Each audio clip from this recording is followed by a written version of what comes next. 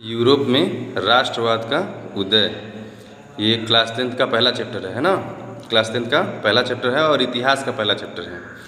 19वीं शताब्दी के दौरान राष्ट्रवाद एक शक्ति के रूप में उभरा जिसने यूरोप के बहुराष्ट्रीय वंश साम्राज्यों की जगह देश राज्य के उदय का नेतृत्व किया। फ्रांसीसी क्रांति 1789 में जो हुई थी ने आधुनिक राष्ट्र राज्य के लिए मार्ग प्रशस्त किया। राष्ट्र राज्य का उदय, इसके बारे में पढ़ते हैं, ये हमारा टॉपिक हो जाता है। तो फ्रांसीसी क्रांति ने पुराने राजशाही आदेश पर सवाल उठाया और एक लोकप्रिय राष्ट्रवाद के विकास को प्रोत्साहित किया। एक संयुक्त समुदाय के रूप में राष्ट्र पर बल देने के लिए फ्रांसीसी क्रांति ने पितृभूमि नागरिक और फ्रांसीसी लोगों के बीच एक नया फ्रांसीसी ध्वज जैसे नए विचार प्रस्तुत किए और इसने सभी नागरिकों के लिए एक समान कानून के साथ लोगों के साथ केंद्रीकृत प्रशासनिक प्रणाली की शुरुआत की। जैसे पहले क्या था कि पहले जो है सभी लोगों के लिए एक जैसा कानून नहीं था, ठीक है, लेकिन इन्होंने कहा कि सभी नागरिकों के लिए जो है एक जैसे कानून बनाया जाए, एक जैसे कानून की शुरुआत की जाए। तो क्षेत्रीय बोलियों को निराश किया गया और पेरिस में बोली एवं लिखी जाने वाली फ्रांसीसी को देश की एक सामान्य भाषा के रूप में स्वीकार किया गया। नेपोलियन संहिता हमारा अगला टॉपिक है, इसके बारे में बात करते हैं। तो नेपोलियन संहिता, ठीक है, नेपोलियन ने फ्रांस में लोकतंत्र को नष्ट कर दिया। लेकिन इसने प्रशासनिक क्षेत्र में क्रांतिकारी सिद्धांतों का समावेश किया जिससे पूरी व्यवस्था कुशल बन सके। नेपोलियन ने 1804 ईस्वी की नागरिक संहिता, जिसे सिविल कोड कहा जाता है, सिविल कोड जिसे सामान्यतः नेपोलियन की संहिता, नेपोलियन कोड के नाम से जाना जाता है, ने जन्म पर आधारित विशेषाधिकार समाप्त कर दिए। ठीक है, पहले जो है जैसे आदमी जो है जन्म लेता था तो अपने विशेष अधिकारों के साथ जन्म लेता था, जो जैसे उसके पिताजी जो थे, ठीक है, वही अधिकार उसको भी प्राप्त हो जाता था। तो इस तरह की, अब वो कहता क्या है कि विशेषाधिकार को समाप्त कर दिया जाए, ठीक है, साथ ही कानून के समक्ष समानता की स्थापना की। अब वो कहता है कि कानून जो है, कानून के सामने सभी लोग क्या होंगे, एक समान होंगे, कोई छोटा बड़ा नहीं होगा। और संपत्ति एवं प्रशासनिक प्रभागों के अधिकार को सुरक्षित कर दिया। सामंती प्रणाली को समाप्त कर दिया गया और किसानों द्वारा दिए जाने वाले भूदासत्व और जागीरदारी शुल्कों को समाप्त कर दिया। शहरी क्षेत्रों में भी कारीगरों के श्रेणी संघों के नियंत्रण को हटा दिया गया और परिवहन एवं संचार प्रणाली में सुधार हुआ। ठीक है, अब देखिए इसके समय में जो है जो सामंती प्रणाली है उसको समाप्त कर दिया गया। किसानों द्वारा दिए जाने वाला जो भूदासत्व था, ठीक है, भूदासत्व था उसको जो है और जो जागीरदारी शुल्क दी जाती थी उसको समाप्त कर दिया गया। शहरी क्षेत्रों में भी कारीगरों के श्रेणी संघों के नियंत्रण को हटा दिया गया। ठीक है, परिवहन संचार प्रणाली में सुधार हुआ। सार्वभौमिक कानूनों की स्थापना की गई, यूनिवर्सल लॉ उसे कहते हैं, और मानकीकृत भार और उपायों तथा सामान्य राष्ट्रीय मुद्रा से आज का प्रत्येक वर्ग जो है लाभान्वित हुआ। ठीक है, अब जैसे जो है सार्वभौमिक कानून जो है लाया गया, उसकी स्थापना की गई और मानकीकृत भार उपायों तथा सामान्य राष्ट्रीय मुद्रा से समाज का प्रत्येक वर्ग जो है लाभान्वित है, मतलब समाज के सभी लोगों में अब लाभ मिलने लगा। और पहले क्या था, पहले जो कुलीनों को मिलता था, सामंतों को मिलता था, पादरियों को लाभ मिलता था, अन्य लोगों को लाभ नहीं मिलता था। पढ़ाए थे ना 9th में। उसके बाद यूरोप में राष्ट्रवाद। अब देखिए इटली, जर्मनी और स्विट्जरलैंड 18वीं शताब्दी के मध्य में राजशाहियों, डचियों और कैटनों में विभाजित थे, जिनके शासकों ने अपने स्वायत्त प्रदेशों का निर्माण किया था। उन्होंने एक सामूहिक पहचान या एक आम संस्कृति साझा की थी। कुछ महत्वपूर्ण जो कारणों से या कारकों ने यूरोप में राष्ट्रवाद के उदय को जन्म दिया, जैसे नए मध्यम वर्ग का उदय हो गया। मध्यम वर्ग के बारे में पढ़ाए थे ना। उदारवाद की विचारधारा का प्रसार हुआ। रूढ़िवाद की नई भावना और वियना की संधि, क्रांतिकारियों का उदय हुआ। तो अब बात करेंगे कुलीन वर्ग और नया मध्य वर्ग क्या है। ठीक है, तो कुलीन वर्ग और नया मध्य वर्ग के बारे में देखते हैं। तो सामाजिक और राजनीतिक रूप से जमीन का मालिक कुलीन वर्ग होता था। कुलीन वर्ग यूरोपीय महाद्वीप का सबसे प्रभुत्वशाली, सबसे ज़्यादा शक्ति उसी के पास होती थी, सबसे प्रभुत्वशाली वर्ग था। और यूरोप के पश्चिमी और मध्य भागों में औद्योगिक इकाइयों और व्यापार में बढ़ोतरी से शहरों का विकास हुआ और वाणिज्यिक वर्गों का उद्भव हुआ, जिनका अस्तित्व बाजार के लिए उत्पादन पर आधारित था। औद्योगिकीकरण के कारण जो है नए सामाजिक समूह, श्रमिक वर्ग के लोग जो है और मध्य वर्ग जैसे उद्योगपति, व्यापारी, सेवा क्षेत्र के लोग अस्तित्व में आए। कुलीनों को प्राप्त विशेषाधिकारों की समाप्ति जो है के पश्चात शिक्षित और उदारवादियों के मध्य राष्ट्रीय एकता के विचार लोकप्रिय हो गए। ठीक है, अब आप सोचेंगे उदारवादी क्या है, उदारवादी राष्ट्रवाद क्या है, तो उसके बारे में बता देते हैं। तो 19वीं शताब्दी की शुरुआती दौर में राष्ट्रीय एकता के विचार उदारवाद की विचारधारा से अधिक जुड़े हुए थे। नए मध्यम वर्गों के लिए उदारवाद का अर्थ व्यक्तियों के लिए स्वतंत्रता और कानून के समक्ष सभी को समान अधिकार प्राप्त होना था या समान अधिकार था। फ्रांस में वोट देने और निर्वाचित करने का विशेषाधिकार या अधिकार विशेष रूप से अधिक संपत्ति वालों को दिया गया था।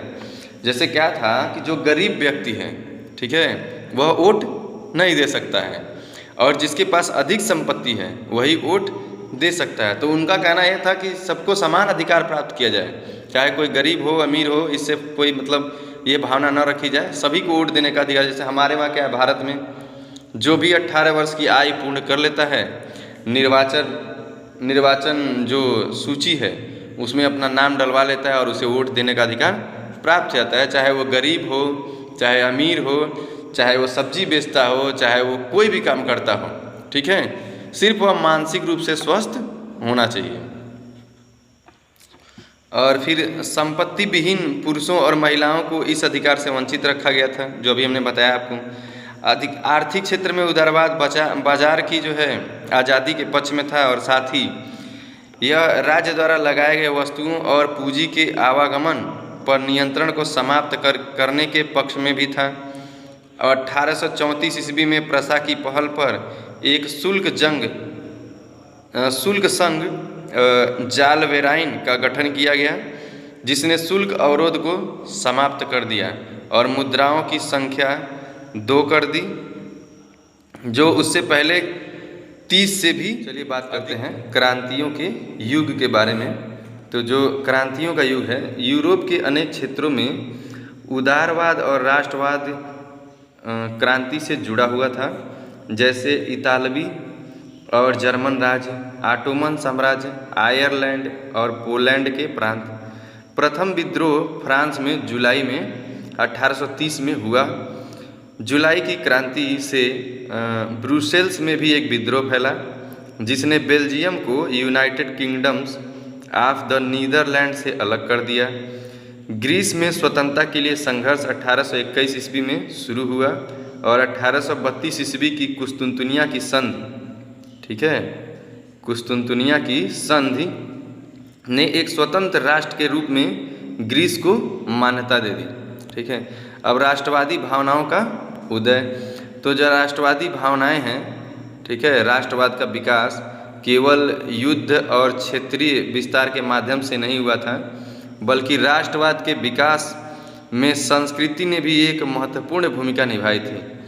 कला, कविता, कहानियाँ और संगीत ने राष्ट्रवादी भावनाओं को व्यक्त करने और आकार देने में सहायता की। ठीक है, अब देखिए कला के माध्यम से भी जो है राष्ट्रवाद की भावना को जागृत किया जा सकता है। कविता के माध्यम से, जैसे आप लोग हिंदी का बुक पढ़ते हैं तो उसमें जैसे बहुत सारी कविता हैं जिनके माध्यम से जो है कवि आपके अंदर राष्ट्र भावना का विकास करना चाहता है। जैसे कोई गाना हो गया, गीत हो गया, गीत संगीत हो गया, कहानियाँ हो गई, जैसे भगत सिंह की कहानी सुना दिया गया आपको, चंद्रशेखर आज़ाद की कहानी सुना दिया गया, या महात्मा गांधी का कहानी सुनाया जाता है, और आपको एक प्रेरणा मिलती है उससे, और आप उससे जो है आपके अंदर राष्ट्रवाद की भावना का विकास होता है। तो ये कह रहा है, प्रेम पूर्ण कलाकारों और कवियों ने तर्क वितर्क और विज्ञान की महिमा की आलोचना की, भावनाओं, अंतर्ज्ञान और रहस्यमय भावनाओं पर ध्यान केंद्रित करते हुए उन्होंने एक राष्ट्र के आधार के रूप में एक साझा सामूहिक विरासत की भावना पैदा करने का प्रयास किया। ठीक है, और बहुत से कारण थे जिससे जो है राष्ट्रवादी भावनाओं का उदय हुआ। अब भूख, कठिनाई और जन विद्रोह भी जो है एक, जैसे अब बात करेंगे 1830 ईस्वी के दशक में, दशक मतलब क्या होता है, 10 वर्षों का समय। ठीक है, शताब्दी मतलब 100 वर्षों का समय। तो 1830 ईस्वी के दशक में यूरोप में महान आर्थिक कठिनाई हुई थी, और 19वीं शताब्दी में यूरोप की जनसंख्या में अधिक वृद्धि देखी गई। ग्रामीण क्षेत्रों के लोग शहरों में जाकर गरीब बस्तियों में रहने लगे थे। 1845 ईस्वी में सिलेसिया गांव के बुनकरों ने उन ठेकेदारों के विरुद्ध विद्रोह कर दिया जो उन्हें कच्चे माल की आपूर्ति करके तैयार माल लेते थे, परंतु बहुत कम मूल्य देते थे। तो अगर 4 जून दोपहर 2 बजे बुनकर अपने ठेकेदार की हवेली पर एकत्रित हुए और अधिक वेतन की मांग की, और यहीं से जो है जन विद्रोह या मजदूरों के विद्रोह जो है शुरू हो गए। ठेकेदार द्वारा बुनकरों के साथ अनुचित व्यवहार किया गया और उन्हें धमकियां भी दी गई। 1948 ईस्वी में भोजन की कमी और बड़े पैमाने पर बेरोजगारी के कारण पेरिस की जो जनसंख्या थी वो सड़कों पर आ गई। जगह जगह प्रतिबंध लगाए गए और लुई फिलिप को पलायन करने के लिए मजबूर किया गया। नेशनल असेंबली ने एक गणतंत्र की घोषणा की और 21 वर्ष से ऊपर वयस्क पुरुषों को मताधिकार प्रदान किया गया तथा काम करने का अधिकार सुनिश्चित किया गया। अच्छा, आपको बता देते हैं कि पहले जो है हमारे वहाँ भारत में भी 21 वर्ष मतदान करने की या वोट डालने की उम्र जो है 21 वर्ष थी। जो 21 वर्ष पार किया रहेगा वही जो है वोट डाल पाएगा, और बाकी लोग ना उससे कम वाले नहीं। लेकिन बाद में जो है इसकी आयु घटा दी गई, 21 वर्ष से घटा करके 18 वर्ष कर दी गई संवैधानिक संशोधन के द्वारा। ठीक है, अब उदारवादियों की क्रांति है 1948 में। तो यूरोप के अन्य हिस्से जैसे जर्मनी हो गया, इटली हो गया, पोलैंड हो गया, ऑस्ट्रो हंगरी हो गया, ऑस्ट्रो हंगरी साम्राज्य में उदारवाद मध्य वर्ग के पुरुषों और महिलाओं द्वारा संविधानवाद की मांग को राष्ट्र राज्य के निर्माण के साथ जोड़ दिया गया। अब यह मांग संविधान, प्रेस की स्वतंत्रता और संघ बनाने की स्वतंत्रता पर आधारित थी। उसके बाद आता है एक टॉपिक है अपने पास कि मई की क्रांति। अब मई 1848 को 831 निर्वाचित प्रतिनिधि फ्रैंकफर्ट संसद में अपना स्थान लेने के लिए एक जुलूस में शामिल हुए। यह संसद सेंट पॉल चर्च में आयोजित हुई। उन्होंने एक जर्मन राज्य के लिए संविधान का प्रारूप तैयार किया था। अब जब प्रतिनिधियों ने प्रसा के राजा फ्रेडरिक विल्हेम चतुर्थ, ठीक है, को ताज पहनाना प्रारंभ किया तो उसने उसे अस्वीकार कर उन राजाओं का साथ दिया जो निर्वाचित सभा के विरोधी थे। संसद में मध्यम वर्गों का वर्चस्व था जो श्रमिकों और कारीगरों की मांग का विरोध करते थे। परिणाम स्वरूप इन वर्गों ने उनके समर्थन को खो दिया था। अंत में सैनिकों को बुलाया गया और विधानसभा को विस्थापित करने के लिए मजबूर किया गया। तो अब एक टॉपिक और आता है कि जैसे जर्मनी का एकीकरण, जर्मनी और इटली का निर्माण हुआ। जर्मनी का एकीकरण कब हुआ? एकीकरण मतलब जैसे बिखरे हुए राज्य को समेट करके एक बनाना। जैसे भारत पहले जब आज़ाद हुआ तो बहुत सारे राज्य भारत में सम्मिलित नहीं थे। धीरे धीरे इसका जो है वो कौन थे, सरदार वल्लभ भाई पटेल, ठीक है, उन्होंने जो है उनके प्रयासों के फलस्वरूप जो है भारत का एकीकरण हुआ। बहुत सारे राज्य जो है भारत में आके मिल गए, भारत के अभिन्न अंग हो गए। तो जर्मनी के बारे में बात करेंगे, जर्मनी का एकीकरण। तो 1848 ईस्वी के बाद यूरोप में राज्य शक्ति और राजनीतिक वर्चस्व पर अपना प्रभुत्व स्थापित करने के लिए रूढ़िवादियों ने हमेशा राष्ट्रवादी भावनाओं का प्रयोग किया। ठीक है। और जर्मनी और मध्यवर्गीय लोगों के बीच राष्ट्रवादी भावनाएं व्यापक थीं। 1848 ईस्वी में जर्मन संप्रदाय के विभिन्न क्षेत्रों को मिलाकर निर्वाचित संसद द्वारा नियंत्रित राज्य राष्ट्र या राष्ट्र राज्य बनाने का प्रयास किया गया था। प्रसा ने राष्ट्रीय एकीकरण के आंदोलन का नेतृत्व किया। प्रसा के प्रमुख मंत्री ऑटो वान बिस्मार्क को इस प्रक्रिया का जनक माना जाता है। बहुत सारे लोग जो हैं जर्मनी के एकीकरण का मुख्य जो नेता है कह सकते हैं, वो ऑटो वान बिस्मार्क को जो है माना जाता है, या जर्मनी के एकीकरण का पिता जो है ऑटो वान बिस्मार्क को माना जाता है। इसने जो है प्रसा की सेना और नौकरशाही की सहायता ली थी। जर्मनी के एकीकरण के समय बड़ी समय हुई कुछ घटनाएं थीं, जैसे ऑस्ट्रेलिया, डेनमार्क और फ्रांस के शासकों, सेना के प्रतिनिधियों, प्रमुख मंत्री ऑटो वान बिस्मार्क सहित प्रसा के महत्वपूर्ण मंत्रियों की एक बैठक हुई थी। ऑस्ट्रिया और डेनमार्क और फ्रांस के साथ 7 वर्षों तक लड़ा गया युद्ध प्रसा की जीत के साथ समाप्त हो गया और एकीकरण की प्रक्रिया पूरी हुई। 18 जनवरी 1871 को जर्मन राज्यों के शासकों, सेना के प्रतिनिधि जो थे, प्रमुख मंत्री जो ये ऑटो वान बिस्मार्क सहित प्रसा के महत्वपूर्ण मंत्रियों की एक बैठक वर्साय के महल में हुई, जिसमें काइजर विलियम प्रथम की अध्यक्षता में नए जर्मन साम्राज्य की घोषणा की गई थी। जर्मनी में मुद्रा, बैंकिंग, कानूनी और न्यायिक प्रणाली के आधुनिकीकरण पर नए राज्य ने बल दिया। फिर इटली का एकीकरण। अब इटली का एकीकरण 19वीं शताब्दी के मध्य में इटली को 7 राज्यों में विभाजित किया गया था। इनमें से केवल एक राज्य सार्डिनिया पिडमांट को एक इतालवी राजसी सभा द्वारा शासित किया गया था। ठीक है। अब इटली के एकीकरण में प्रसिद्ध व्यक्तियों का योगदान था, जैसे Giuseppe Mazzini, Count Camillo di Cavour, ठीक है, और ज्यूसेपे गैरीबाल्डी। ठीक है। तो ये लोग जो है ये इटली के एकीकरण में अपना महत्वपूर्ण योगदान दिए थे। ठीक है। उसके बाद जो है आपको कुछ बताते हैं, जैसे निरंकुशवाद। अब इस चैप्टर में जो है अभी कुछ बचा नहीं, लेकिन फिर भी आपको हम कुछ और पॉइंट्स बता देते हैं। निरंकुशवाद क्या होता है? निरंकुश मतलब जिस पे कोई अंकुश ना हो। तो ऐसी सरकार या शासन व्यवस्था जिसका सत्ता पर किसी प्रकार का कोई अंकुश नहीं होता है, निरंकुश कहलाता है। यूटोपिया क्या है? तो यूटोपिया एक ऐसे समाज की कल्पना जो इतना आदर्श है कि उसका साकार होना लगभग असंभव है। यूटोपिया जो है मूर टामस ने लिखा था इसको। ठीक है। जनमत संग्रह एक प्रत्यक्ष रूप से किया गया मतदान, वोट डालना, जिसके माध्यम से एक क्षेत्र के लोगों को किसी प्रस्ताव को स्वीकार या अस्वीकार करने के लिए पूछा जाता है। राष्ट्रवाद क्या है? अभी आपको बताएं कि एक ऐसी विचारधारा या भावना है जिसके द्वारा जनता में राजनीतिक, सामाजिक और आर्थिक एकीकरण के साथ साझी संस्कृति के भागीदार होते हैं। मताधिकार क्या होता है?